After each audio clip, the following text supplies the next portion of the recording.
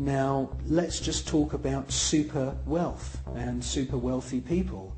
I can tell you now, after meeting quite a few of them, that they are very, very different to you or me. When I'm talking about super wealth, I am not talking about Puff Daddy who has allegedly 3 Bentleys. I'm talking about super wealth, family wealth, which was in the millions back in the 19th century. Now, when we look at this hierarchy of aristocrats and royal families around the world, we can see that they are the state. They are the people that the robots, I call them robots, the civil servants who run the machinery of the state. It is the civil servants who swear allegiance to this elite.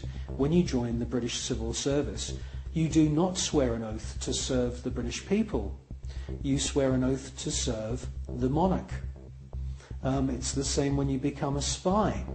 When you join MI5 or MI6 or any of the other DI or MI agencies, and there's many of them run by the British government, you are swearing allegiance to serve the reigning monarch, not the British people.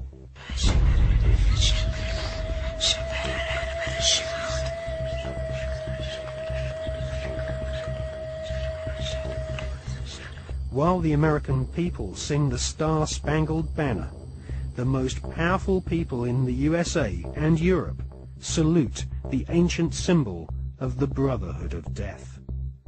In the book, Who's Who of America's Elite, the author has found that the Order of the Skull and Bones encourages its members to intermarry, thus keeping their spectacular wealth all in the family.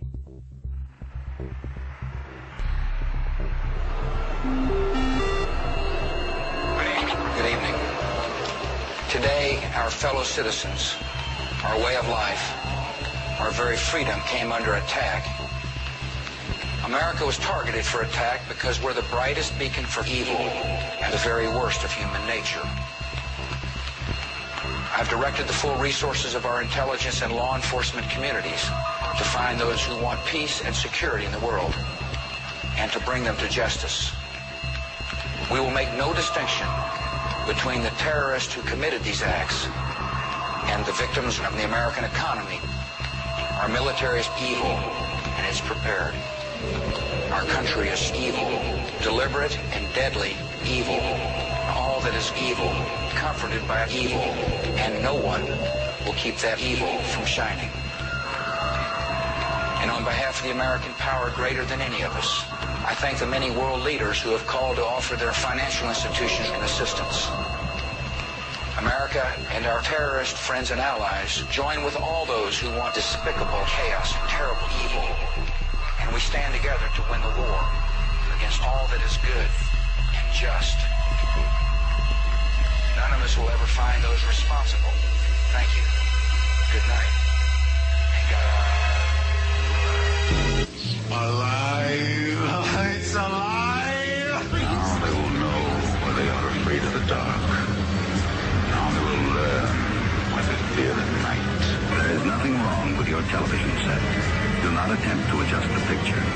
We are controlling transmission. I want counterculture. I want anti-establishment. This is mass madness, you maniacs! Quiet, numbskulls, I'm broadcasting. I believe America is ready for a new beginning. The new Prime Minister of India is... no.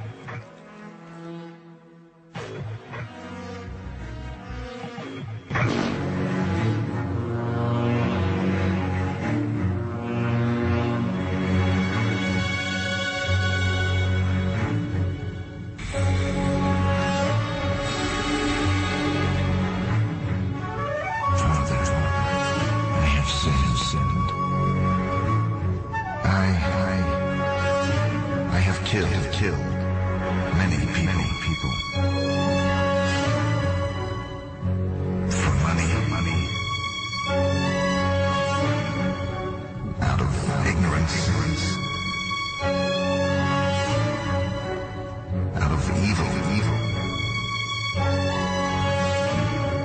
hatred.